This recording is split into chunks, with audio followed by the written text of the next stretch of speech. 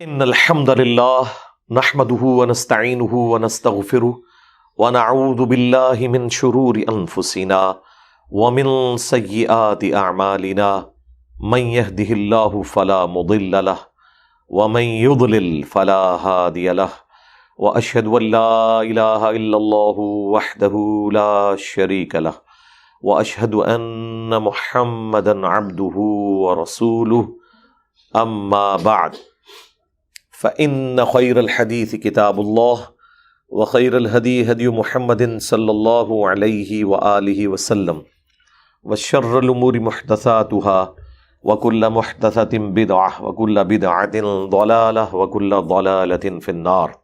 اللهم صل على محمد وعلى آل محمد كما صليت على إبراهيم وعلى آل إبراهيم إنك حميد مجيد. اللهم بارك على محمد وعلى آل محمد كما باركت على إبراهيم وعلى آل إبراهيم إنك حميد مجيد. الحمدللہ آج 15 جنوری 2023 کو سنڈے کے دن ہماری یہ قرآن کلاس نمبر 140 کی انشاءاللہ اسٹوڈیو ریکارڈنگ ہونے جا رہی ہے. آج انشاءاللہ ہم سورہ التوبہ کی آیت نمبر 73 سے آنورڈ سٹارٹ لیں گے. چونکہ سورہ توبہ ہے لہٰذا اس کے سٹارٹ میں صرف اعوذ باللہ پڑھی جاتی ہے. اعوذ باللہ من الشیطان الرجیم. یا ایہا النبی، اے اللہ کے نبی صلی اللہ علیہ وآلہ وسلم، جاہد الکفار والمنافقین، کافروں اور منافقوں کے خلاف آپ جہاد کیجیے، یعنی کوشش اپنی جاری رکھیں. جہاد قتال کے معنوں میں بھی آتا ہے، لیکن کوئی بھی تبلیغی کوشش کسی کی اصلاح کی اسے بھی جہاد کہا جاتا ہے، کیونکہ عربی میں جہادہ کا مطلب ہے کوشش کرنا. وَغْلُظْ عَلَيْهِمْ، اور ان پر سختی کیجیے. وَمَأْوَاهُمْ جہنم، اور ان کا ٹھکانہ ہے جہنم. وَبِئْسَ الْمَصِيرُ، اور وہ بہت ہی برا ٹھکانہ ہے. اللہم اجرنا من النار. یعنی اس میں یہ خبر تھی کہ جو جان بوجھ کر کفر کی روش اختیار کیے ہوئے ہیں منافقین یا کافر، الٹیمیٹلی انہوں نے جہنم میں جانا ہے. لہٰذا آپ ان کے ساتھ معاملات میں سختی کریں. ان کی وجہ سے اہل ایمان جو ہے، جو تکلیف کا شکار ہے، اس پورے معاملے میں آپ نے منافقین کے ساتھ سخت رویہ رکھنا ہے اور اہل ایمان کے ساتھ نرمی کی روش اختیار کرنی ہے، کیونکہ اب چانس نہیں ہے کہ ان میں سے کوئی ہدایت پہ آئے گا، کیونکہ اللہ تعالیٰ نے ان کے دلوں پہ مہر لگا دی ہے. لیکن ظاہر ہے کہ نبی علیہ السلام کو بھی منافقین کے نام بعد میں بتائے گئے. وہ یہاں پہ اگلی آیات میں ذکر آ جائے گا جو رسول اللہ کے اوپر قاتلانہ حملہ ہوا تھا صلی اللہ علیہ وآلہ وسلم. اس کے بعد وہ کھل کے سامنے آ گئے. پلس انہوں نے غزوہ تبوک پہ جب نبی علیہ السلام تشریف لے گئے تو پیچھے سے مسجد ضرار بھی بنائی تھی. اسے قرآن نے مسجد ضرار کہا اور گرانے کا حکم دیا گیا، کیونکہ وہ فتنے کے لیے مسجد بنائی گئی تھی. اور نبی علیہ السلام کو انہوں نے ریکویسٹ کی کہ افتتاح آپ نے کرنا ہے، جیسے ہی آپ تبوک سے واپس آئیں تو اس مسجد میں نماز پڑھیں. آگے چل کے آئے گا پھر اللہ تعالیٰ نے نبی علیہ السلام کو بتا دیا کہ نہ تو آپ نے اس مسجد میں کھڑے ہونا ہے، نہ نماز پڑھنی ہے. آپ نے اسی مسجد میں کھڑے ہونا ہے جس کی بنیاد پہلے دن سے تقوی پہ رکھی گئی ہے، مسجد نبوی یا مسجد قباء، جو کامل الایمان مومنین نے بنائی ہے. یحلفون باللہ ما قالوا، یہ قسمیں اٹھا کے اللہ کی جھوٹی کہتے ہیں کہ ہم نے کوئی ایسی بات نہیں کی. کون سی بات؟ کوئی ایک بات تو ہے ہی نہیں تھی، کئی باتیں. یعنی اہل ایمان کے منہ پہ یہ کچھ اور ہوتے تھے اور پیچھے سے اور. جو میں نے بتایا تھا بخاری میں حدیث موجود ہے کہ اس کے کانٹیکسٹ میں پھر سورۃ المنافقون کی آیات بھی نازل ہوئی کہ عبداللہ ابن ابی نے اپنے قریبی ساتھیوں کو مخاطب کر کے کہا تھا کہ جب ہم عزت والے مدینے میں داخل ہوں گے تو وہاں سے ان ذلیلوں کو نکال دیں گے. رسول اللہ صلی اللہ علیہ وآلہ وسلم اور ان کے جانثار صحابہ اور اہل بیت کے بارے میں انہوں نے یہ روڈ لینگویج استعمال کی. نبی علیہ السلام نے جب بلا کے پوچھا تو منکر ہو گئے. ظاہر منکر ہی ہونا تھا، منافق ہوتا ہی بزدل ہے، منہ پہ تو وہ بات نہیں کر سکتا. اگر وہ دلیر ہو تو پھر یا مسلمان ہو یا کافر ہو. کافر بھی دلیر ہوتا ہے، ڈٹ کے انکار کرتا ہے، مومن بھی دلیر ہوتا ہے، ڈٹ کے مانتا ہے. منافق ہوتا ہی وہ ہے جو دونوں پارٹیوں کو خوش رکھے. تو انکار کر دیا. زید ابن ارقم نے شکایت لگائی تھی، وہ بڑے شرمندہ ہوئے کیونکہ وہ جھوٹے پڑ گئے. ظاہر نبی علیہ السلام کو جب تک وحی کی خبر سے نہ بتایا جائے تو آپ کے علم میں بھی نہیں تھا، اور آپ کی عادت تھی کہ ایک بندہ اللہ کی قسم اٹھا کے کہہ رہا ہے کہ میں نے ایسی کوئی بات نہیں کی ہے، تو نبی علیہ السلام نے اس کی بات پر یقین کر لیا. لیکن زید ابن ارقم اللہ کو اتنے محبوب تھے کہ ان کی زبان کی سچائی کے لیے پھر قرآن کی آیات نازل ہو گئی. اور سیم وہ الفاظ عبداللہ ابن ابی کے اللہ نے قرآن میں نازل کیے کہ یہ کہتے ہیں کہ جب ہم عزت والے مدینے میں داخل ہوں گے تو وہاں سے ذلیلوں کو نکالیں گے. اور پھر اللہ تعالیٰ نے اس پہ جواب دیا کہ عزت تو اللہ، اس کے رسول اور اہل ایمان کے لیے، لیکن منافقین نہیں جانتے.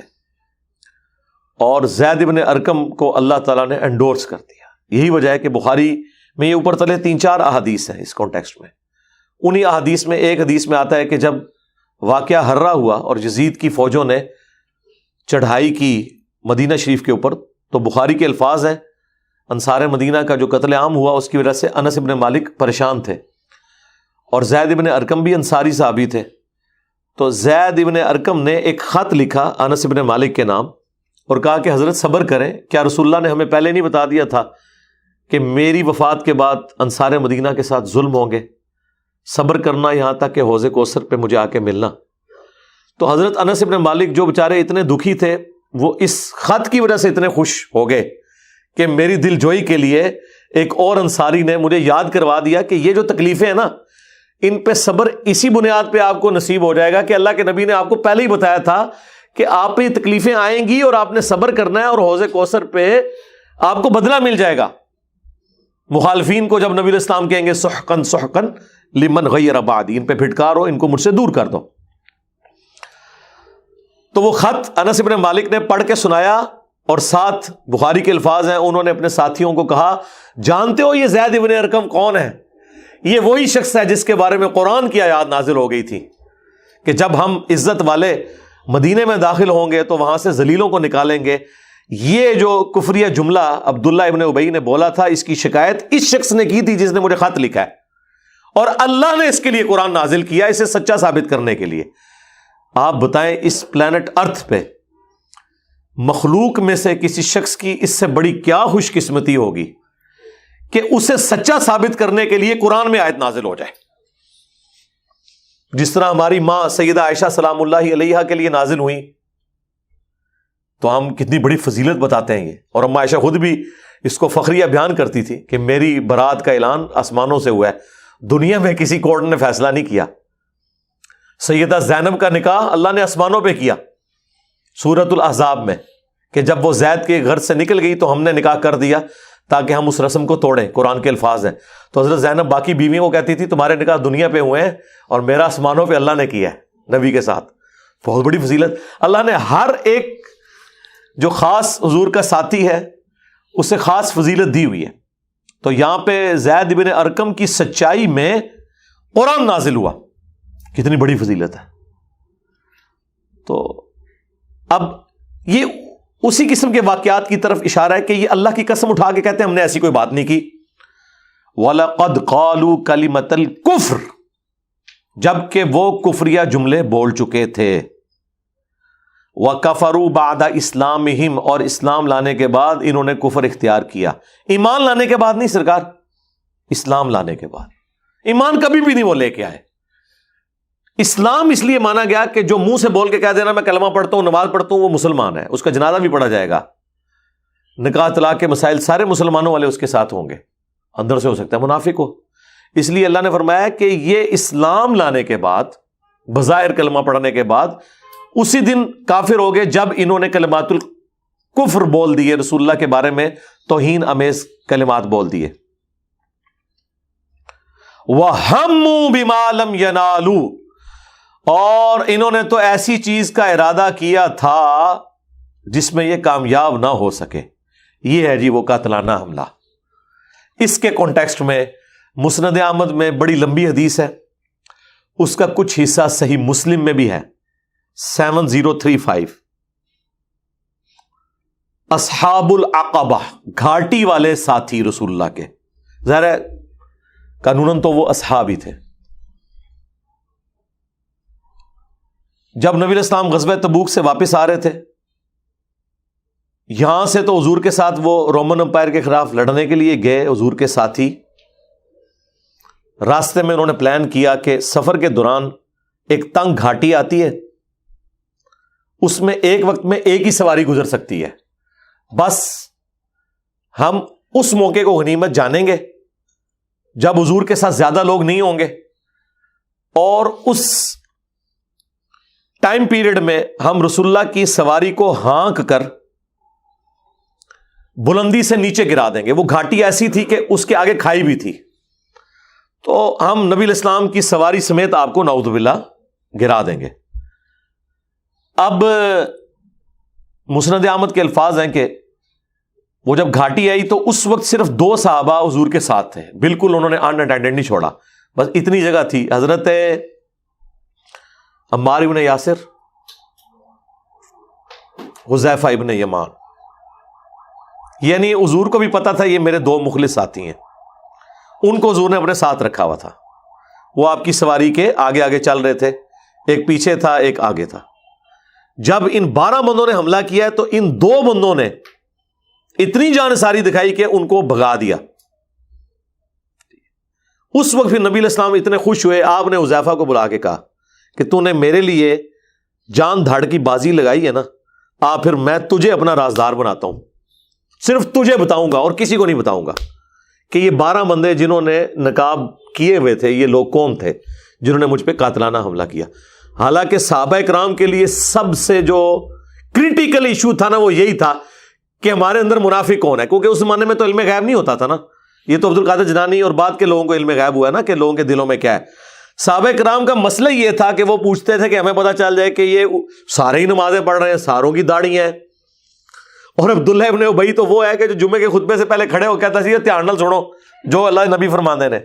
جو بڑے بڑے کھڑپینچ جو مسجدوں کے چودھری تھے وہ مطلب وہ آگے آگے ہوتے تھے، ایک عبداللہ ابن ابی کی بات کھل کے سامنے آئی نا، باقیوں کے تو نام بھی نہیں کھلے۔ تو حذیفہ ابن یمان کو نبی علیہ السلام نے وہ نام بتا دیے، اور بخاری میں امام بخاری نے جو حذیفہ ابن یمان اور عمار ابن یاسر اور عبداللہ ابن مسعود ان تینوں کے اوپر ایک چیپٹر باندھا ہے، فضائل صحابہ والے چیپٹر کتاب المناقب میں، اور وہ حدیث لے کے آئے ہیں کہ ابو درداء کو ملنے کے لیے ایک شخص کوفے سے شام جاتا ہے، کتنے ہفتوں کا سفر کر کے،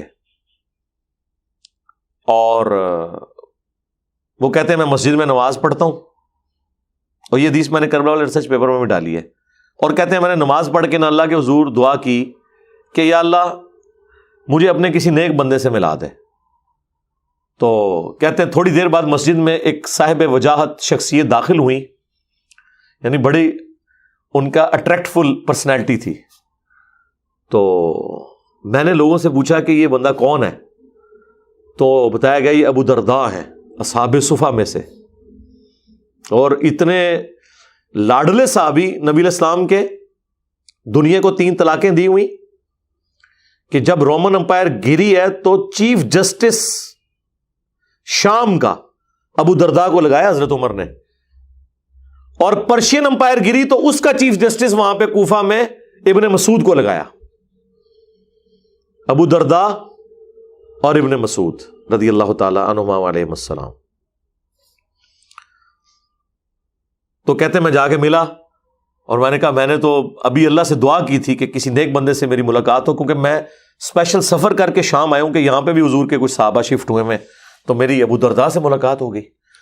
اب دیکھیں یہاں پہ کسی بڑے آدمی کو کوئی ملے اور وہ اپنی تعریف سن کے کتنا خوش ہوتا ہے، اور یہ درویش صحابہ ابو درداء کہتے ہیں کہاں سے آئے ہو؟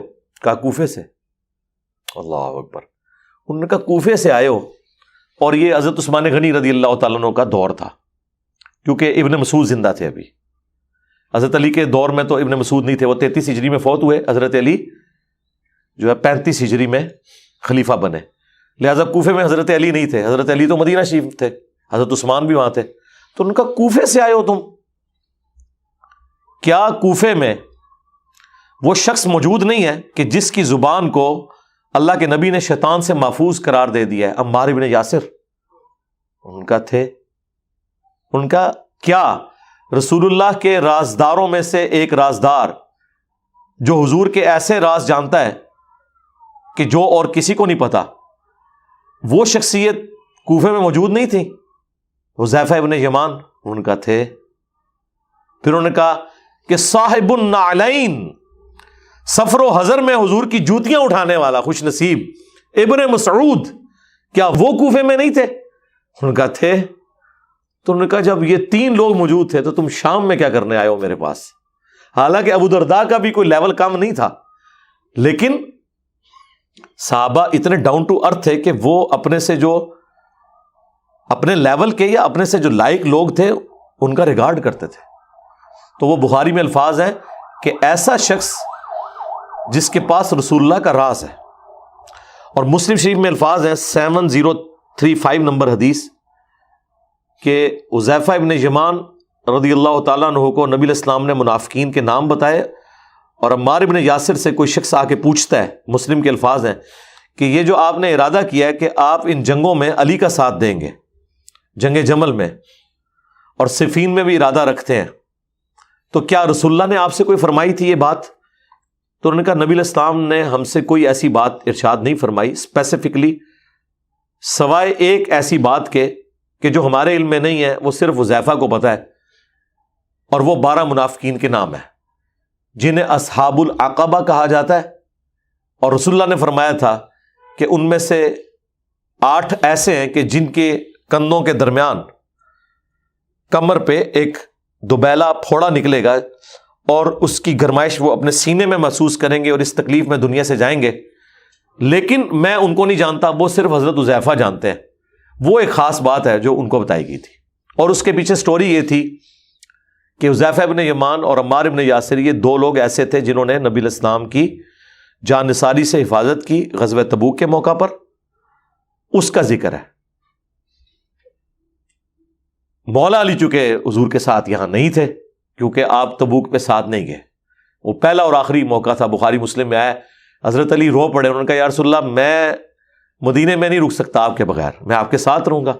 ظاہر ہے حضور کی لائف کو تھریٹ تو تھا. تو نبی علیہ السلام نے فرمایا تم اس بات پہ خوش نہیں کہ تمہاری میرے ساتھ وہی نسبت ہے جو ہارون کی موسیٰ کے ساتھ، مگر میرے بعد کوئی نبی نہیں. یعنی موسیٰ علیہ السلام جب کوہ طور پہ گئے تھے تو اپنے بھائی کو ہارون کو چھوڑ کے گئے تھے، تو میرا وہ بھائی ہے جسے میں اپنی جگہ چھوڑ کے جا رہا ہوں. تو یہ اتنی بڑی فضیلت وہاں پہ ارشاد فرمائی، لیکن ساتھ فرما دیا مگر میرے بعد کوئی نبی نہیں، یعنی امتی نبی بھی کوئی نہیں. تو اگر مولا علی امتی نبی نہیں تو غلام القادیانی دجال تو شاہی کوئی نہیں، سیدھی سی بات ہے. تو اس کے بعد اگر کوئی حضور کے اس طریقے سے بڑے کلوز لاڈلے لوگ جن کو حضور نے اپنے ساتھ رکھا ہوا ہے نا، وہ دیکھ لیں عمار ابن یاسر اور حذیفہ ابن یمان. حذیفہ ابن یمان جو ہے نا، یہ حضرت علی کی خلافت کے شروع کے دنوں میں ہی پہلے 40 دن کے اندر فوت ہو گئے تھے. انہوں نے صرف شروع کے دن پائے ہیں، لیکن انہوں نے مرتے ہوئے اپنے بیٹے کو وصیت کی تھی کہ میرے مرنے کے بعد جب تم فتنے دیکھو، اور فتنوں کی جتنی حدیثیں ہیں وہ بھی حضرت حذیفہ ابن یمان نے روایت کی ہوئی ہیں، آپ کو پتہ ہے، جو بخاری مسلم میں حدیث ہے کہ حذیفہ ابن یمان کہتے ہیں کہ لوگ تو حضور سے اور سوالات کرتے تھے، میں فتنوں کے بارے میں ہمیشہ پوچھا کرتا تھا. اس لیے نہیں کہ مجھے کوئی چسکا تھا، کوئی ویلاگ بنانا تھا، نہیں، اس لیے کہ میں ان فتنوں میں مبتلا نہ ہو جاؤں. یہاں پہ لوگ وہ دجال اور یاجوج ماجوج کے اوپر ویلاگز بنا رہے ہوتے ہیں اور لوگوں کو بتا رہے ہوتے ہیں، ان کو کوئی لینا دینا نہیں، بس صرف ایک بات کرنی ہے. وہ دجال آئے گا تو پتہ لگے گا کہ کیڑا بزرگاں دا مننے والا سب تو بڑے بزرگ دجال نہ لگ جائے گا، اور کون قرآن حدیث کا ماننے والا اس دجال کو پہچان لے گا. تو حذیفہ ابن یمان کہتے ہیں کہ میں حضور سے فتنوں کے بارے میں پوچھتا تھا. بخاری مسلم کے الفاظ ہیں کہ ایک دفعہ حضرت عمر اپنے دور خلافت میں حذیفہ کے پاس آئے، وہ اپنے شاگردوں میں بیٹھے ہوئے تھے، اور حذیفہ سے کہا کہ ذرا مجھے فتنوں سے متعلق وہ حدیث سناؤ نا تم. یعنی حضرت عمر بھی فتنوں والی حدیث حذیفہ سے سن رہے ہیں. تو حضرت حذیفہ کہتے ہیں کہ امیر المومنین کون سے فتنے والی؟ ان کا وہ جو بڑا فتنہ آئے گا. تو حضرت حذیفہ نے کہا کہ اے امیر المومنین آپ کو تو اس فتنے سے کوئی خطرہ نہیں ہے. اب یہ کوڈ ورڈز میں باتیں ہو رہی ہیں اور بات باقی اسٹوڈنٹس بھی سن رہے ہیں. صرف حضرت عمر کو پتا ہے کہ وہ کس لینگویج میں بات کر رہے ہیں اور حضرت حذیفہ کو. تو حضرت عمر نے کہا نہیں وہ والا فتنہ جو سمندر کی موجوں کی طرح آئے گا. تو انہوں نے کہا امیر المومنین آپ کو تو اس فتنے سے خطرہ ہی نہیں ہے. تو فتنہ شروع اس وقت ہوگا کہ جب نبی علیہ السلام نے فرمایا کہ میری امت اور فتنوں کے درمیان ایک دروازہ ہے, جب اسے توڑ دیا جائے گا تو اس کے بعد فتنے شروع ہو جائیں گے. اتنی حدیث حضرت حذیفہ نے بیان کی, حضرت عمر وہاں سے چلے گئے. اب وہ ساتھی پوچھنے لگے کہ حضرت یہ آپ کیا کوڈ ورڈز میں باتیں کر رہے ہیں, کون سا فتنہ, کون سا دروازہ؟ پھر حضرت عمر نے یہ بھی پوچھا کہ وہ دروازہ کھولا جائے گا یا توڑا جائے گا؟ انہوں نے کہا جی وہ دروازہ توڑا جائے گا, وہ کھلے گا نہیں, نیچرل نہیں ہوگا, اسے کوئی توڑے گا. تو جب وہ چلے گئے تو پھر حضرت عمر کے جانے کے بعد باقیوں نے کہا یہ آپ جو آپس میں راز و نیاز کی باتیں کر رہے ہیں ہمیں بھی بتائیں کوئی. انہوں نے کہا کہ وہ دروازہ حضرت عمر خود ہیں اور وہ مجھ سے زیادہ اس بات کو جانتے ہیں کہ جب حضرت عمر کو قتل کیا جائے گا تو امت پہ فتنے شروع ہو جائیں گے. تو یہ حدیث بھی حضرت حذیفہ روایت کر رہے ہیں. اور وہ جو حدیث ہے نا مسند احمد کی کہ جب تک اللہ چاہے گا میرا وجود رہے گا, پھر اللہ تعالیٰ مجھے اٹھا لے گا, پھر خلافت علی منہاج النبوہ ہوگی, اس کے بعد پھر کاٹ کھانے والی ملوکیت شروع ہو جائے گی, پھر جابر حکمران, اور جس کو ڈاکٹر سرار صاحب کہتے تھے ملکن عاضن, اپنے دشمنوں کو کاٹنے والی. اس حدیث کے راوی بھی حذیفہ ابن یمان ہے. نعمان ابن بشیر کہتے ہیں کہ مجھے حذیفہ ابن یمان نے یہ حدیث سنائی تھی کہ خلافت کے بعد کاٹ کھانے والی ملوکیت شروع ہو جائے گی, یعنی وہ خلافت راشدہ سیدنا ابو بکر, عمر, عثمان, علی اور حسن ابن علی کے بعد. تو یہ حذیفہ ابن یمان کا یہ ٹریک ریکارڈ ہے. تو یہ حضرت علی کی خلافت کے شروع کے دنوں میں جو ہمیں صحابہ پہ حالات زندگی پہ کتابیں ملتی ہیں, یہ 40 دن کے اندر فوت ہو چکے تھے. اسود الغابہ کتاب ہے, الاصابہ امام ابن اثیر کی کتاب کی شرح ابن حجر اسقلانی نے لکھی ہے. تو ان کا ایک بیٹا تھا محمد بن حذیفہ, اس کو انہوں نے نصیحت کی تھی کہ میرے بعد اب فتنوں کا ایشو شروع ہونے والا ہے بڑے لیول پہ. تو انہوں نے کہا ابا جی نصیحت, انہوں نے کہا نصیحت ہے کہ علی کے ساتھ رہنا. اس لیے دیکھیں ناسبی جب کتابیں لکھتے ہیں نا, ہمارے جیلم سے بھی وہ خبیث فیض عالم صدیقی, اس نے محمد بن حذیفہ کو حضرت حذیفہ بن یمان کی بڑی توہین کی ہوئی ہے کہ یہ فتنہ گار ہے اصل میں, کیونکہ حذیفہ ابن یمان کا جو بیٹا تھا محمد, وہ کلیئر کٹ لوگوں کو بتاتا تھا کہ میرا باپ رازدار رسول ہے اور میرے باپ نے مجھے کہا ہے کہ جب فتنے ہونا تو علی کے ساتھ رہنا ہے.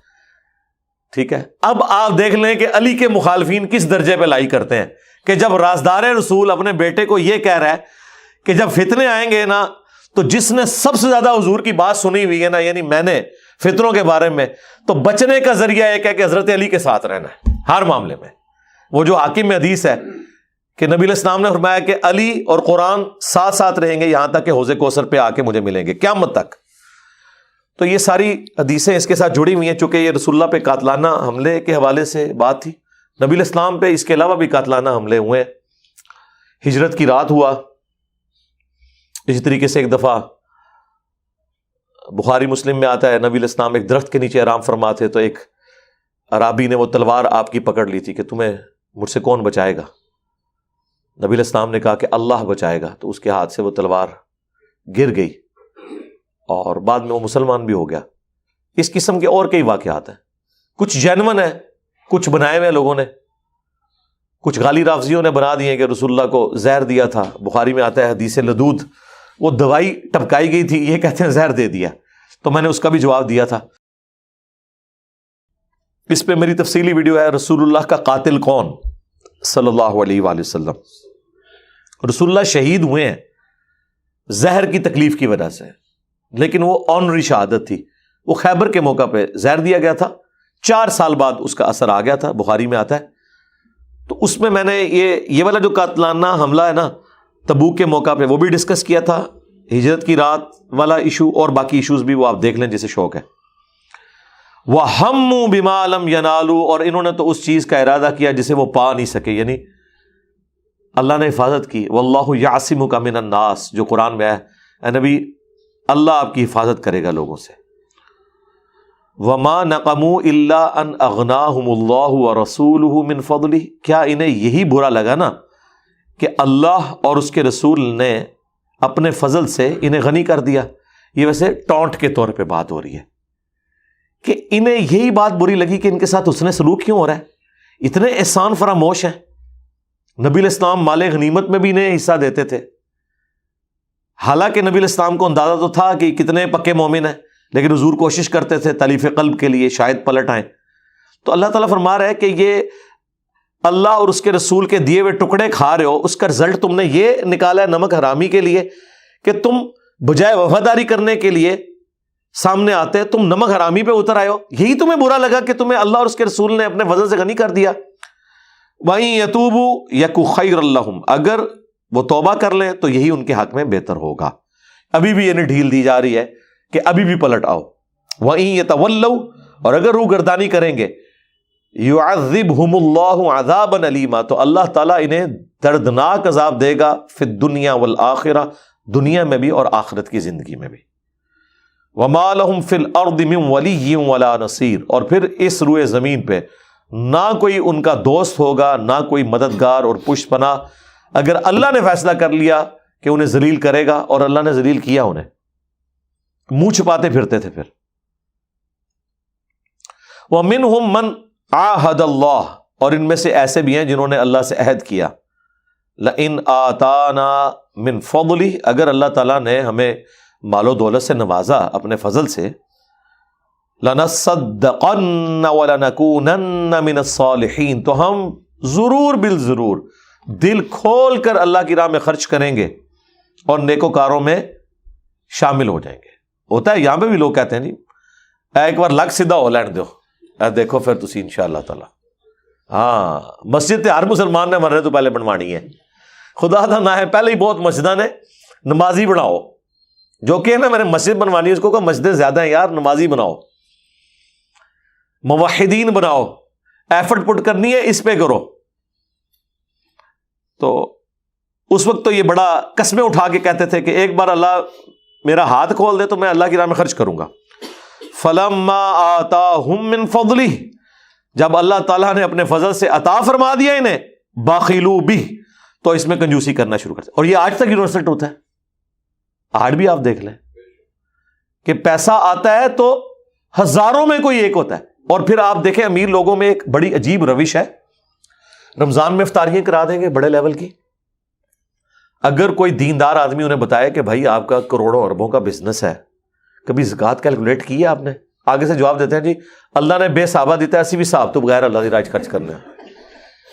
اپنی طرح سے یہ نیکی بتا رہے ہیں، بے صحابہ خرچ کرنے ہیں، کیونکہ انہیں پتہ ہے صاحب کیا نا تو ہم تو آٹے میں نمک بھی نہیں دے رہے، اور اس کے اوپر عزت میل کر رہے ہیں۔ تو ان سے آپ پھکی کے طور پہ یہ کہا کریں کہ کیا دنیا میں حساب و کتاب کے بغیر کوئی کام چلتا ہے؟ یعنی تمہارے سے کوئی چیز خریدنے آئے تو اس کی مرضی جتنا مرضی دے دے، یہ کوئی قیمت ہوتی ہے جسے کیلکولیٹ کیا جاتا ہے، اس کے بعد کہا جاتا ہے اس میں سے اتنا چھوڑ دو یا اتنا مزید لے لو۔ بے صحابہ دنیا میں کوئی کام ہوتا ہے؟ اللہ نے کوئی چیز حساب و کتاب کے بغیر رکھی ہے؟ نمازیں تو 5 رکھی ہیں، ہر نماز کی رکعت مخصوص کی ہے، آج کوئی فجر کی 2 کی بجائے 3 پڑھے، اس کی 2 بھی نہیں ہوگی۔ دنیا میں تو ہوگا نا کہ چلو 2 ہو جائیں گی اور 1 فالتو ہو گئی، اللہ کہہ رہا ہے تینوں فارغ، کیونکہ میں نے تو یہ بتائی نہیں، فالتو پڑھ کے بھی فارغ، کیونکہ نبی کے طریقے پہ نہیں صلی اللہ علیہ وآلہ وسلم۔ یہ پتہ نہیں کون سے لوگ ہیں بھائی، طواف کعبہ کے چکر ہیں جو 7 ہیں، ایک بھی کم ہو جائے طواف نہیں ہوتا، ایک رکعت کم ہو جائے نماز نہیں ہوتی، ایک سجدہ کم ہو جائے نماز نہیں ہوتی، سجدہ صاحب سے بھی اس کی کمی پوری نہیں ہوتی، کیونکہ یہ فرض ہے، فرائض کی کوتاہی کے لیے نماز ہی دوبارہ پڑھنی پڑتی ہے، اور آپ کہہ رہے ہیں ہم بغیر حساب و کتاب کے اللہ کی راہ میں خرچ کرتے ہیں۔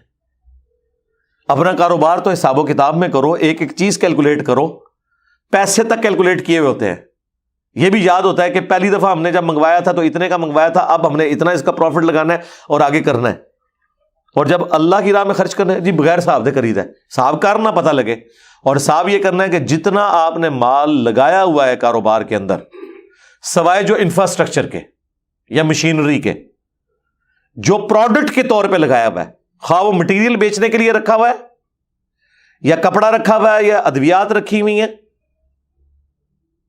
سب کے اوپر زکوٰۃ ہوگی۔ ہاں، فرنیچر کے اوپر زکوٰۃ نہیں ہوگی، گاڑی کے اوپر زکوٰۃ نہیں ہوگی جو استعمال کے لیے، ہوٹل ہے تو ان کے برتنوں پہ زکوٰۃ نہیں ہوگی، کمائی پہ ہوگی، لیکن جو پروڈکٹ رکھی ہوئی ہے نا جتنی، اس کے اوپر زکوٰۃ ہوگی، کتنا مال آپ نے کھپایا ہوا ہے۔ اگر کوئی نان بھائی ہے اور اس کو پتا ہے کہ میں نے 10 لاکھ روپیہ اس میں لگایا ہوا ہے، اس کاروبار کے اندر کچھ آٹے کی بوریوں کی فارم میں پڑا ہے، کچھ میدے کی بوریوں کی فارم میں پڑا ہے، تو یہ سارا آپ کا مال تجارت ہے، بیچنے کے لیے نا، چاہے اسے روٹی بنا کے بیچیں چاہے وہ بغیر روٹی بنائے بیچیں، تو سب کے اوپر زکوٰۃ ہے۔ کہتے نہیں کیلکولیٹ نہیں کی، اور یقین کریں اگر زکوٰۃ صرف کیلکولیٹ کر کے پاکستان میں دی جائے نا، پاکستان میں کوئی غریب آدمی نہیں بچتا۔ آپ لوگ دیکھتے ہیں کہ چیریٹی میں لوگ خرچ کر رہے ہیں اور لوگ بڑی تعریف کرتے ہیں کہ جی چیریٹی میں اتنا لوگ لگا رہے ہیں، لیکن یقین کریں ان کی آپ زکوٰۃ کیلکولیٹ کریں نا تو وہ آٹے میں نمک بھی نہیں ہے جو وہ دے رہے ہیں۔ کیوں؟ 1 لاکھ پہ 2,500 روپے زکوٰۃ ہے، بڑی تھوڑی رقم ہے۔ 1 کروڑ پہ 2.5 لاکھ ہے۔ جو کاروباری لوگ ہیں ان کے لیے شاید یہ بھی تھوڑی ہے، لیکن 1 ارب کے اوپر 2.5 کروڑ زکوٰۃ، 250 لاکھ ہر سال نکالنا پڑے۔ 1 لاکھ نہیں سرکار، 2 لاکھ نہیں، 250 لاکھ 1 ارب کے اوپر نکالنا پڑے۔ اور پاکستان میں تو ہزاروں لوگ ایسے ہیں جن کے ایسٹس اربوں میں ہیں، یہاں تو سرکار اربوں ڈالر میں ہے۔ ہاں، آپ کے کئی بڑے ایسے ہیں جن کے ایسٹس 3 ارب ڈالر 4 ارب ڈالر ہیں۔ آپ 1 ارب ڈالر کے پیچھے IMF کی منتیں مارتے ہیں، یہاں لوگوں کی اپنی ذاتی ایسٹس وہ 1 ارب ڈالر ہیں۔ 1 ارب ڈالر اگر کسی کا مالیت ہے تو 2.5 کروڑ ڈالر دے گا وہ، اور روپوں میں اس کو کنورٹ کریں تو جا کے 500 ارب روپیہ بن جائے گا۔ تو خرچ کرو، بندے لبو، بندے مک جان گے جناب، تے پیسہ نہیں مکن لگا، لیکن لوگ نہیں خرچ کرتے۔ جتنے فیکٹری آنرز ہیں، اور سرکار عام چھوٹی فیکٹریاں جو ہے نا ان میں نا جو مشینیں لگی ہیں وہ کروڑوں کے ملٹیپل میں ہوتی ہیں، لاکھوں میں کوئی بھی مشین نہیں ہے۔ اے جی 2.5 کروڑ دی لئی سی، اے 10 کروڑ دی جرمنی تو منگوائی سی۔ آپ کہیں گے یار یہ تو مشین ہی کوئی 1 ارب روپے کی لگی ہوئی ہے، تو بزنس اس کے اوپر ہزاروں میں تو نہیں ہو رہا ہوگا؟ جہاں اربوں روپے کی مشینیں لگی ہوئی ہیں تو بزنس بھی کروڑوں کا ہوگا۔ بندہ حیران رہ جاتا ہے۔ ہاں، غیر مسلم جو آگے یہاں کاروبار کر رہے ہیں وہ ایک ایک چیز کے اوپر ٹیکس دے رہے ہیں۔ کوئی نہیں بتا سکتا کہ کبھی KFC یا میکڈونلڈ والوں نے 1 روپیہ بھی ٹیکس کا کھا دیا ہو۔ ہر چیز ان کی ریٹن ریکارڈ میں سافٹ ویئر بنے ہوئے، وہ کر نہیں سکتے، وہ بل بنانا ہوتا ہے انہوں نے۔ یہ تو آپ کے مسئلے ہیں نا کہ بل ہی نہیں بناتے، ایک ایک چیز کا بل نکلتا ہے، پیرلل میں کیلکولیشن ہو کے ٹیکس لادا ہوتا ہے۔ اور مسلمان جو ہے وہ کہتا ہے جی بے صحابہ دے جی اللہ جی رائے، یعنی وہ الٹا اپنی کمزوری کو بھی اپنی خوبی بنا کے پیش کر رہا ہے۔ ٹھیک ہے، تو اللہ تعالیٰ فرما رہا ہے کہ ان لوگوں کی روش یہ ہے کہ یہ لوگ اللہ کی راہ میں دیتے ہوئے شرماتے ہیں، حالانکہ پہلے یہ بڑا بلند و باغ دعوے کیا کرتے تھے کہ ہم اللہ کی راہ میں خرچ کریں گے۔ وَتَوَلَّوْا وَهُمْ مُعْرِضُونَ، پھر وہ روح گردانی کر گئے جب اللہ تعالیٰ نے انہیں دیا، اور وہ ہے ہی منہ پھیرنے والے۔ فَأَعْقَبَهُمْ نِفَاقًا فِي قُلُوبِهِمْ، تو اس کا رزلٹ اب اللہ نے کہا کہ ہماری طرف سے اب یہ ان کو انعام مل رہا ہے، ان کے اوپر ایسی لعنت پڑ گئی ہے کہ اللہ تعالیٰ نے بسبب ان کی ان حرکتوں کے ان کے دل میں نفاق کو بٹھا دیا۔ اِلَى يَوْمِ يَلْقَوْنَ، اس دن تک جس دن یہ اللہ سے ملیں گے، یعنی قیامت تک اب ان کا دل پاک نہیں ہوگا۔ یعنی یہ اللہ کی راہ میں خرچ نہ کرنا یہ منافقت کی علامت ہے۔ کیوں؟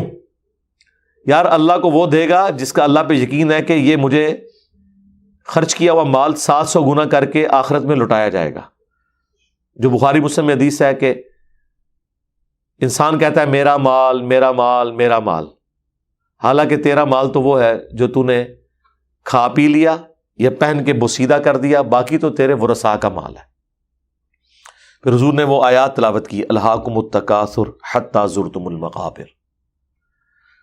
بخاری مسلم کی حدیث ہے، نبی علیہ السلام نے فرمایا انسان کے 3 دوست ہیں، قبر میں ایک ہی جاتا ہے، وہ اس کے اعمال ہیں، اور اس کے رشتہ دار اور مال یہ قبر سے باہر ہی رہ جاتے ہیں۔ اور وہ جو حدیث تھی نا، نبی علیہ السلام فرمایا کہ انسان کا مال وہ ہے جو اس نے کھا پی لیا یا پہن کے بوسیدہ کیا، اس میں یہ بھی الفاظ ہیں، یا آخرت میں بھیج کے اپنے لیے سٹور کر لیا قیامت کے دن کے لیے۔ یعنی جو آپ اللہ کی راہ میں خرچ کرتے ہیں وہ بھی آپ کا مال ہے، واقعی آپ کے ورثاء کا مال ہے، یعنی اپنے ہاتھی خرچ کر کے جاؤ، کہتے ہیں میں اپنے ہاتھی کر جاؤں لیکن یہ دوسرے لوگوں کے لیے یعنی یہ عجیب و غریب یہاں محاورے بولے جاتے ہیں نا کہ میں اپنے ہاتھی یہ کام کر کے جاؤں گا، تو اپنے ہاتھی پائی اللہ دی راج بھی دے کے جاؤ، چلو تھوڑے کام آنا ہے۔ جو صحیح مسلم میں حدیث ہے، مردے کو 3 اعمال کا ثواب ہی پہنچتا ہے، جو اس نے اپنی زندگی میں کوئی صدقہ جاریہ کا کام کیا، یا علم کی بات، یا نیک اولاد جو اس کے لیے دعا کرتی ہے۔ تو یہ اللہ کے ڈیوائن بینک میں جو جمع کرواتا ہے، تو یہ کون کروائے گا؟ جسے یقین ہے کہ آخرت ہے، اللہ نے مجھے بدلہ دینا ہے، پھر انسان تو زیادہ سے زیادہ آخرت کے لیے جوڑے گا۔ کنجوس کون ہوگا؟ جس کا اللہ پہ یقین نہیں ہوگا، وہ دنیا کے لیے جوڑے گا۔ اسی لیے نفاق کی اولین علامتوں میں سے ایک چیز وہ ہے مال کی کنجوسی کرنا۔ اس پہ ڈاکٹر اسرار صاحب بڑا پیارا جملہ بولتے تھے کہ نفاق کا علاج ہے انفاق۔ نفاق سے پہلے الف لگا دینا تو بن جاتا ہے انفاق۔ انفاق کہتے ہیں اللہ کی راہ میں خرچ کرنا۔ نفاق، منافقت، اس کا علاج انفاق، اللہ کی راہ میں خرچ کرو۔ اور حقیقت بات ہے، جو بندہ اللہ کی راہ میں خرچ کرتا ہے نا، اللہ کی محبت بھی اس کے دل میں بڑھتی ہے، رجوع اللہ بھی بڑھتا ہے، آخرت کے لیے وہ اورینٹڈ، آخرت اورینٹڈ وہ ہو جاتا ہے۔ ظاہر ہے کہ جی جب مال آپ خرچ کریں گے جس ہستی کے لیے، تو پھر آپ اس سے آخرت میں امید لگائیں گے۔ اور جو مال جوڑنے والے ہیں، بڑے بڑے بظاہر دیندار لوگ ہیں لیکن کنجوس ہیں، زکوٰۃ نہیں پوری دیتے، وہاں پہ آگے کنجوسی کر دیتے ہیں۔ تو اللہ تعالیٰ ہمارا ان کی منافقت چلے گی قیامت کے دن تک۔ بما اخلف اللہ، اس لیے کہ انہوں نے اللہ کے ساتھ خلاف ورزی کی، ما وعدوہ، جو کہ انہوں نے اللہ سے وعدہ کیا تھا، وبما کانوا یکذبون، اور اس وجہ سے بھی کہ وہ جھوٹ بولتے تھے، دنیا میں جھوٹے نعرے لگاتے تھے، جھوٹے دعوے کرتے تھے۔ الم یعلموا ان اللہ یعلم سرهم ونجواهم، کیا وہ نہیں جانتے کہ اللہ تعالیٰ تو ہر راز جو چھپا ہوا ہے اسے جانتا ہے، اور ہر سرگوشی کو۔ وَأَنَّ اللَّهَ عَلَّامُ الْغُيُوبِ،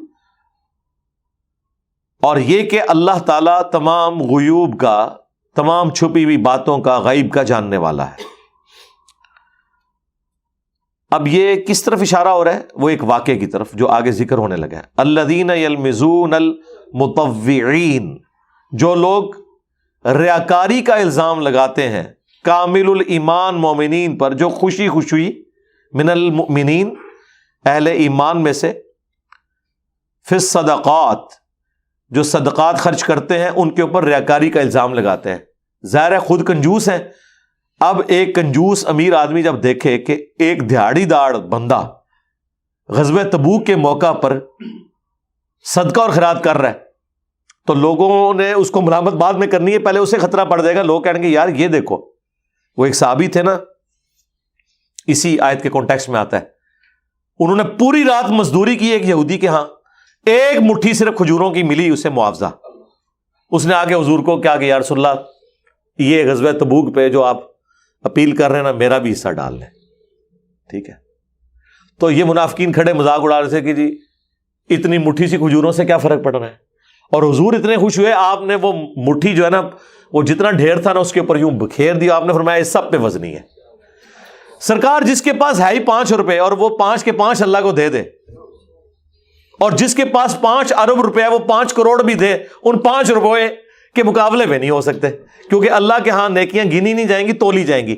تولنے میں تو وہ کھجوریں زیادہ ہیں، گننے میں تو ظاہر ان کی کوئی ویلیو نہیں ہے، لیکن تولنے میں وہ سارے سامان پر بھاری ہیں۔ اور اللہ تعالیٰ نے اس واقعے کا یہاں پہ اشارہ کیا، یہ پھپتیاں کستے ہیں کہ یہ اس سے ایک کھجور کی ایک مٹھی سے کیا بنے گا، لیکن اس کی تو کل کائنات یہی تھی۔ اس نے اسپیشل مزدوری اوور ٹائم رات کا لگایا، اس لیے کہ میں بھی، ظاہر ہے وہ بیچارے نے اتنا ہی کیا نا، اس نے رات کے وقت مزدوری کی، دن کے وقت تو وہ کرتا تھا بس جو کماتا تھا اپنے اہل و عیال پہ لگا دیتا تھا، تو اس نے اوور ٹائم لگایا کہ چلو یار میں بھی اللہ کی راہ میں خرچ کروں. رضی اللہ عنہ. آمین. والذین لا یجدون الا جہدہم، وہ نادار لوگ ایسے ہیں کہ نہیں پاتے مگر محنت اور مشقت کی مزدوری کر کے. فیسخرون منہم، یہ ان کا بھی مذاق اڑاتے ہیں. سخر اللہ منہم، اللہ ان کا مذاق اڑائے. یعنی یہ سختی کے الفاظ ہیں کہ اللہ تعالیٰ تمہارے ساتھ ایسا سلوک کرے گا جو تم نے اہل ایمان کا ٹھٹا اڑایا. وَلَهُمْ عَذَابٌ عَلِيمٌ، اور ان کے لیے دردناک عذاب ہے. استغفر لہم، اے نبی آپ بھی ان کے لیے بخشش کی دعا کریں. او لا تستغفر لہم، یا آپ ان کے لیے مغفرت کی دعا نہ کریں. ان تستغفر لہم 70 مرہ، آپ 70 دفعہ بھی ان کے لیے دعائیں مغفرت کریں. فلن یغفر اللہ لہم، اللہ تعالیٰ ہرگز انہیں معاف نہیں کرے گا. اللہ کے رسول بھی 70 دفعہ، اور یہ 70 کا عدد تو ایک ڈیجٹ کے طور پہ نہیں، کثرت کے لیے آیا. ویسے تو 70 کی گنتی بھی پوری کرنے میں ٹائم لگتا ہے، اور اللہ کے نبی کو کہا جا رہا ہے آپ 70 دفعہ بھی دعائیں مغفرت کریں، ہم نے توبہ ان کی قبول نہیں کرنی. ذالک بانہم کفروا باللہ ورسولہ، یہ اس لیے کہ انہوں نے کفر کیا ہے اللہ اور اس کے رسول کا. واللہ لا یہدی القوم الفاسقین، اور اللہ تعالی ہدایت نہیں دیتا فاسقین کو. یعنی جو حقیقت جاننے کے باوجود ہٹ درمی پر اترے ہوئے ہیں، اللہ تعالیٰ انہیں زبردستی ہدایت نہیں دے گا. اس سے آپ کو پتہ چل گیا کہ نسبت بھی کوئی کام نہیں آنی، ورنہ اللہ تعالیٰ اس چیز کا تو لحاظ کرتا کہ یار اتنے عرصے سے 100 کروڑ میرے نبی کے پیچھے ہی نمازیں پڑھ رہے ہیں،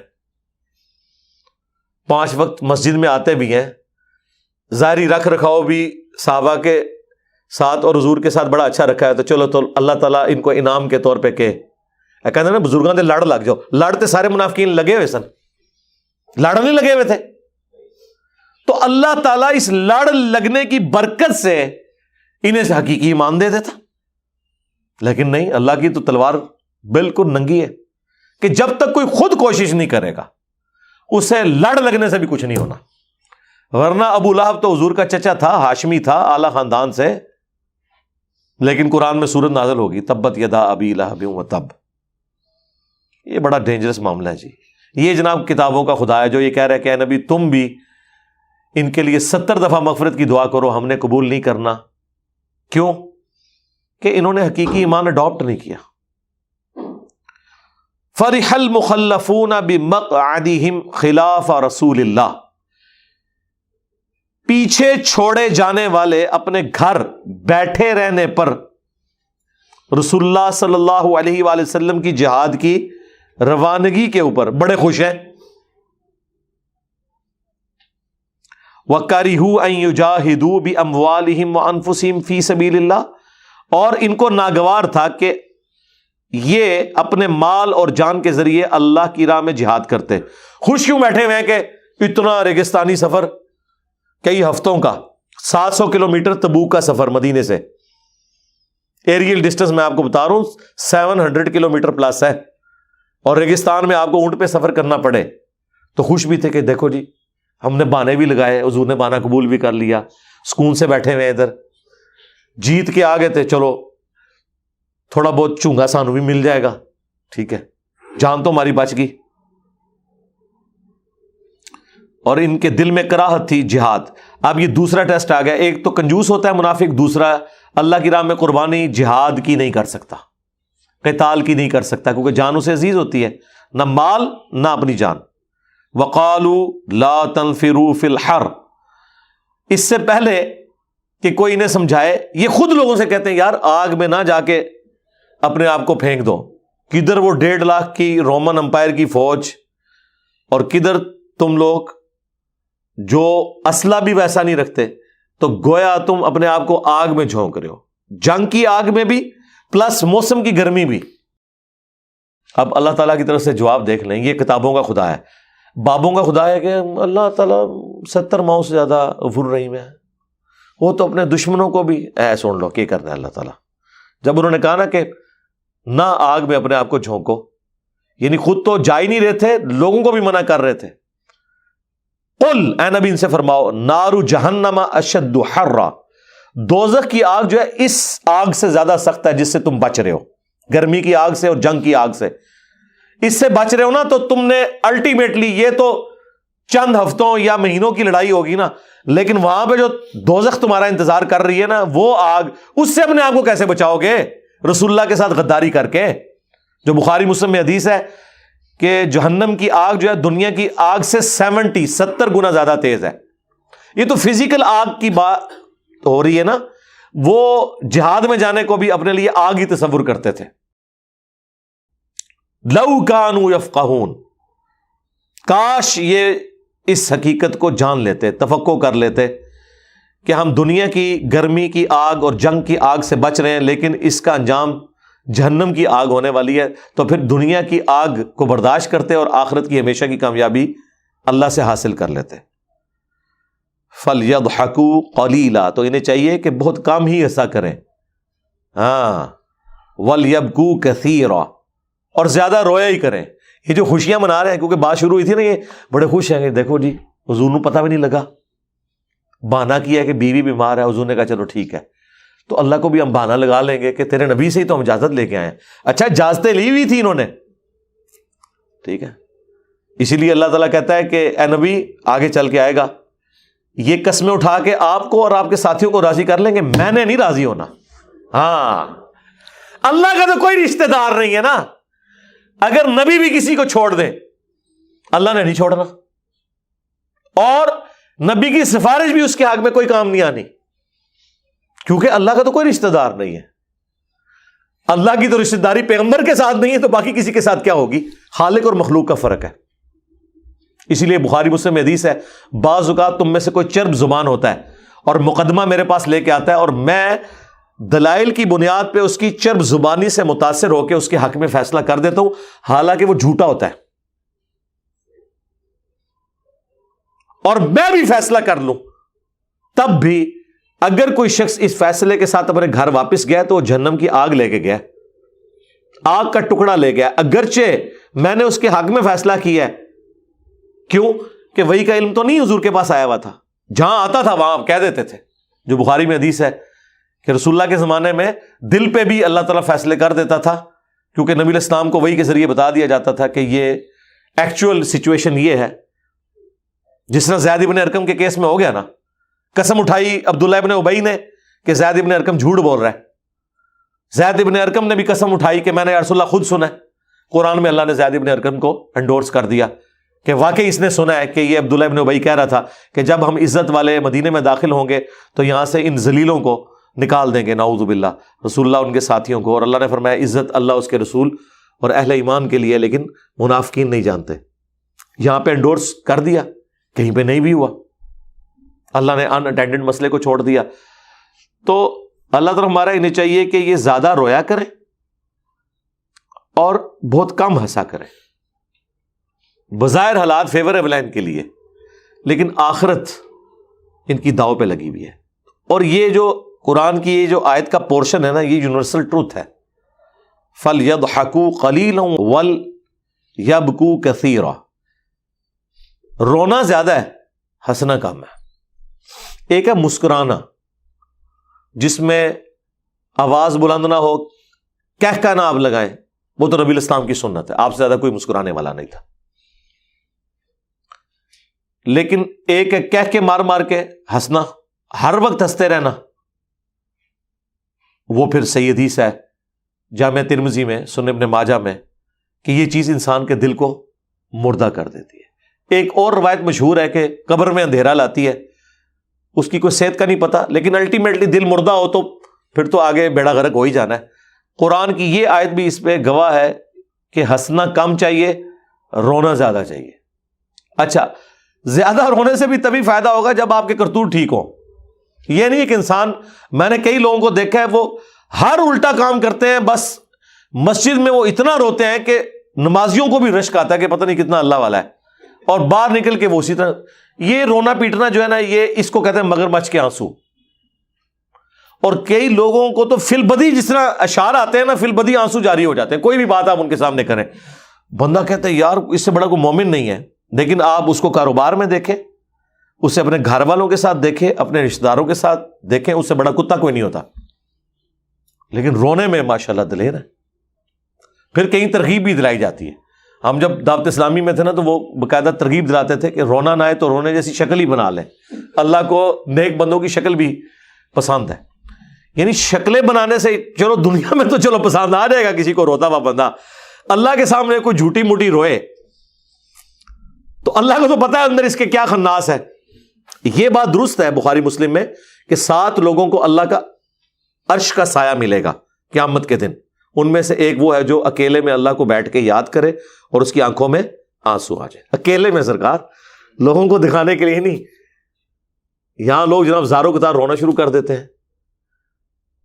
تو دعوت اسلامی میں بھی کلچر ہے، اور شیعہ کے ہاں تو یہ ایک اسٹیبلش یعنی کلچر ہے۔ وہ بات شروع ہوتی ہے، وہ کسی کو سمجھ آئے نہ آئے ایک دم سارے رونا شروع کر دیتے ہیں۔ بندہ کہتا ہے یار اکیلا میں ہی ناسبی بیٹھا ہوں، باقی تو سارے شیعہ علی بیٹھے ہوئے ہیں، ٹھیک ہے۔ وہ ایک کلچر بن چکا ہے۔ حالانکہ ان میں سے آپ پوچھیں کتنے لوگ ہیں جو نماز پڑھتے ہیں، اور حالت یہ ہے کہ جن 2 شخصیات کے اوپر پورے کا پورا مسلک کھڑا کیا ہوا ہے وہ دونوں اللہ کے ساتھ کمٹمنٹ کی وجہ سے شہید ہوئے ہیں۔ حضرت علی نماز پڑھنے چلے گئے تھے، حالانکہ آپ کو بتایا گیا تھا کہ آپ کی لائف کو خطرہ ہے، لیکن آپ پھر بھی فجر کی نماز کے لیے مسجد میں گئے ہیں، اور راستے میں آپ پہ ابن ملجم نے حملہ کر دیا، خارجی نے۔ حسین ابن علی بھی نماز کی حالت میں تیر چلائے گئے کربلا میں۔ اور یہ وہ مصائب ہیں جو خود پڑھتے ہیں۔ ان سے پوچھیں کہ بھئی حسین علیہ السلام بھی نماز پڑھتے ہوئے اللہ کو پیارے ہوئے، مولا علی علیہ السلام بھی نماز کے لیے جا رہے تھے، اللہ کو پیارے ہو گئے، مولا علی اور حسین کا نام رہ گیا، نمازاں کتنے گئیاں، اللہ کتنے گیا؟ جس کی وجہ سے حسین اور علی شہید ہوئے وہ چیز کدھر چلی گئی؟ وہ بیک فوٹ پہ چلی گئی۔ تو یہ رونے دھونے سے میرے بھائی گریا بہت اچھی چیز ہے، کریں، کسی کے سامنے نہیں، اکیلے بیٹھ کے کریں۔ یہ لوگوں کے سامنے جان بوجھ کے رونا دھونا، ہم کسی پہ فتویٰ نہیں لگاتے کہ وہ ریاکاری کی وجہ سے کر رہا ہے، لیکن یہ چیز دیکھنی چاہیے، انسان کو خود غور کرنا چاہیے کہ اگر میں اکیلے بیٹھا ہوں اور میرے سامنے قرآن و سنت کا ذکر آئے تو کیا میرا یہی رسپانس ہوتا ہے جو لوگوں کے سامنے ہوتا ہے؟ تو آپ کو خود ہی پتہ چل جائے گا آپ کتنے مخلص ہیں رونے میں۔ یہ بات درست ہے کہ یہ چیز پسندیدہ ہے۔ بخاری میں بھی حدیث ہے، نبی علیہ السلام ایک چوراہے سے گزر رہے تھے، کچھ اصحاب وہاں پہ ہنس رہے تھے، تو آپ نے فرمایا جو میں جانتا ہوں نا، اگر تم جانتے ہوتے تو بہت کم ہنستے، زیادہ روتے۔ یہ حدیث بخاری کی، اس کے ساتھ جوڑ لیں۔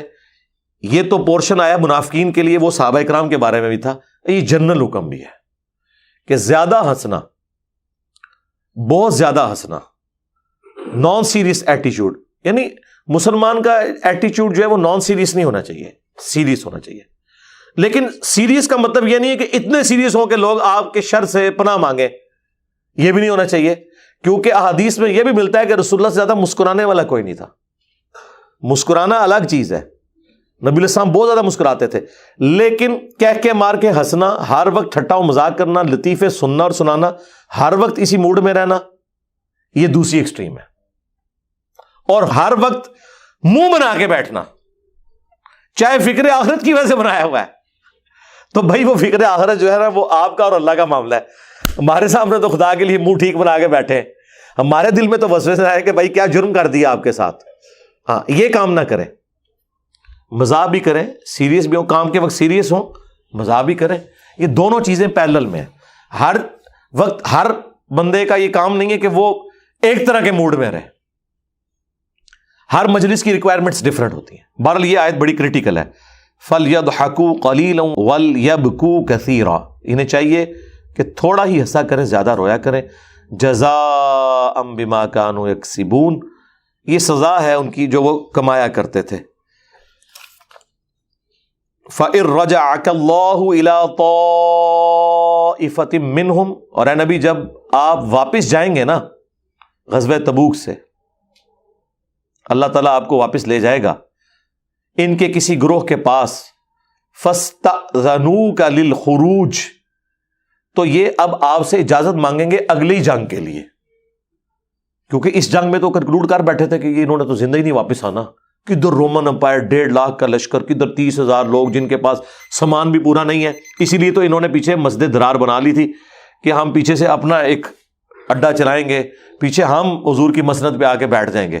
حالانکہ پیچھے کہاں سے بیٹھنا تھا، خدا نہ خواستہ رسول اللہ اس سفر میں شہید بھی ہو جاتے تو مولا علی تو پیچھے ہی تھے نا، وہ رسول اللہ کی لیگیسی کو آگے لے کے چلتے. اور پریکٹیکلی ثابت ہوا ہے، حضور کی وفات کے بعد ہزاروں لوگ مرتد ہوئے ہیں، تو کیا صحابہ کرام نبی علیہ السلام کی لیگیسی آگے نہیں لے کے چلے؟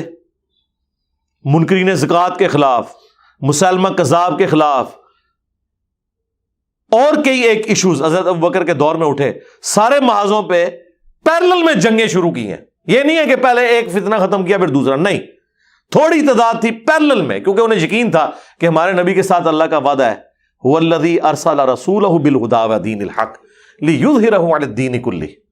یہ آیت بھی آئے گی سورہ توبہ میں کہ اللہ تعالیٰ نے اپنے رسول کو بھیجا ہی اس لیے تاکہ اسے باقی ادیان پہ غالب کرے، دین حق کے ساتھ جو بھیجا، الہدا قرآن کے ساتھ بھیجا. تو اے نبی یہ آپ سے نا بعد میں اجازت طلب کریں گے نکلنے کے لیے کہ ٹھیک ہے. اب ظاہر ہے انہوں نے اپنی شرمندگی تو بچانی ہے نا. اب غزوہ تبوک اگر مسلمان جیت کے آ گئے، یعنی وہ جنگ تو ہوئی نہیں، وہ رومن امپائر بھاگ گئی وہاں سے، کیسے روم اپنا لشکر لے کے. اب مجھے بتائیں جو سپر پاور کو بھگا کے آیا ہو میچ کھیلے بغیر، اس کے آگے یہ کیڑے مکوڑے کیا چیز تھے جو پیچھے مسجد درار بنا کے بیٹھے تھے. تو اللہ تعالیٰ نے حضور کو بتایا کہ جب آپ جائیں گے نا تو دیکھیں کیسے چاپلوسی کرنے یہ آگے آگے ہوں گے، اور یہ آپ سے کہیں گے یا رسول اللہ ایت کی تو ہم دسیا سی نا مجبوری ہے، اگلی بار دیکھو میں آگے ہوں گا تھوڑے. تو یہ آپ سے نا اگلی جنگ کے لیے اجازت مانگیں گے. اگلی جنگ تو پھر آئی نہیں نا حضور کی زندگی میں، حضور تو چلے گئے، وہ تو پھر حضرت ابوبکر کے دور میں جنگیں آئیں، حضرت عمر کے دور میں. تو اللہ تعالیٰ ہمارا جب یہ آ کے آپ سے کریں گے نا بہانے، فَقُلْ لَن تَخْرُجُوا مَعِيَ أَبَدًا، تو تم نے ان سے فرمانا ہے کہ تم کبھی بھی ہمارے ساتھ اب نہیں نکلو گے، کراس لگ گئے. وَلَن تُقَاتِلُوا مَعِيَ عَدُوًّا، اور کبھی بھی تم ہمارے دشمنوں کے مقابلے پہ ہمارے ساتھ نہیں کھڑے ہوگے. اِنَّكُمْ رَضِيتُمْ بِالْقُعُودِ، تم نے خود مدینے میں رک جانے کو پسند کیا، اول مرہ، پہلی دفعہ. فَاقْعُدُوا مَعَ الْخَالِفِينَ، اب ٹھہرے رہو پیچھے رہ جانے والوں میں، اب ہمیشہ کے لیے تم پیچھے ہی رہو گے. یہ ہے اللہ کا غصہ، جو میں نے کہا تھا نا سورہ الانعام کی آیت نمبر 110 ہے کہ اللہ تعالیٰ ان کے دلوں اور آنکھوں کو حق قبول کرنے سے پھیر دے گا، جیسا کہ پہلی دفعہ جب ان پہ حق کھلا انہوں نے حق سے روگردانی کی. اور اللہ تعالیٰ فرماتا ہے اب آسمان سے فرشتے بھی نازل ہوں، مردے ان سے کلام کرے، اور قیامت ان کے سامنے قائم ہو جائے، پھر بھی یہ ایمان نہیں لے کے آئیں گے، کیونکہ اللہ نے ان کے دلوں پہ مہر لگا دی ہے. یہاں پہ بھی دیکھیں یہ اللہ تعالیٰ کس طرح ناراض ہو جاتا ہے فوراً. ایک چانس اس پہ اللہ تعالیٰ کہہ رہا ہے وہ پہلی دفعہ. کیوں؟ غزوہ تبوک پہ اناؤنسمنٹ ہوئی تھی کہ اس جنگ میں جو شریک نہیں ہوگا نا وہ منافق شمار ہوگا. اس سے پہلے ساری جنگیں آپشنل تھی. تبوک جو ہے نا یہ ایسی جنگ تھی جس میں حکم تھا کہ ہر بندے نے شامل ہونا ہے، سوائے عورتوں کے اور مریضوں کے اور اپاہج لوگوں کے. اس میں انہوں نے بہانا کیا، اللہ نے کہا کراس، دیٹس آل. اور یہاں پہ بھی غصہ ٹھنڈا نہیں ہوا، وَلَا تُصَلِّ عَلَىٰ أَحَدٍ مِّنْهُمْ مَاتَ أَبَدًا، اور آپ نے کبھی بھی اب جنازہ نہیں پڑھنا ان میں سے کوئی مر جائے ان کا. یہ آیات ہیں جو عبداللہ ابن ابی کا جو بخاری مسلم میں آتا ہے، حضور نے جنازہ پڑھا دیا، اپنا کرتا دیا، لعاب دہن اس کے منہ میں ٹپکایا، کیونکہ اس کا بیٹا عبداللہ جو ہے وہ کامل الایمان صحابی تھا، حضور نے اس کی دل جوئی کی. اللہ اکبر. وَلَا تَقُمْ عَلَىٰ قَبْرِهِ، اور نہ ان کی قبر پہ اب آپ نے کھڑے ہونا ہے کبھی. اس میں یہ بھی پتہ چل گیا کہ قبر پہ جا کے دعا کرنا سنت ہے. اسی لیے کہا جا رہا ہے کہ منافق کی قبر پہ آپ نے جا کے دعا نہیں کرنی، صرف اہل ایمان کی قبروں پہ جانا ہے. جو بخاری مسلم میں وہ ایک مسجد نبوی میں ایک حبشیہ عورت صفائی کرتی تھی، جو حضور کو پتہ ہی نہیں چلا، فوت ہو گئی تو صحابہ نے راتوں رات دفنا دیا. پھر حضور نے کہا کدھر گئی؟ فوت ہو گئی. حضور نے جنازہ پڑھا، جا کے اس کی قبر پہ جا کے پڑھا، اور فرمایا کہ یہ قبریں اندھیروں میں ڈوبی ہوئی تھیں، میرے جنازہ پڑھنے کی برکت سے اللہ تعالیٰ نے انہیں نور سے بھر دیا. انہم کفروا باللہ ورسولہ، بے شک انہوں نے کفر کیا اللہ اور اس کے رسول کا. وماتوا وہم فاسقون، اور انہیں موت اس حال میں آئی ہے کہ یہ اللہ کے نافرمان تھے. اللہ اکبر. یہ بڑی سخت آیات ہیں جی. اس کے ساتھ اگلی آیات بھی جڑی ہوئی ہیں انشاءاللہ، وہ ہم اگلی دفعہ کور کریں گے. سبحانک اللہم وبحمدک، اشہد ان لا الہ الا انت استغفرک واتوب الیک وما علینا الا البلاغ المبین۔ جزاکم اللہ خیرا۔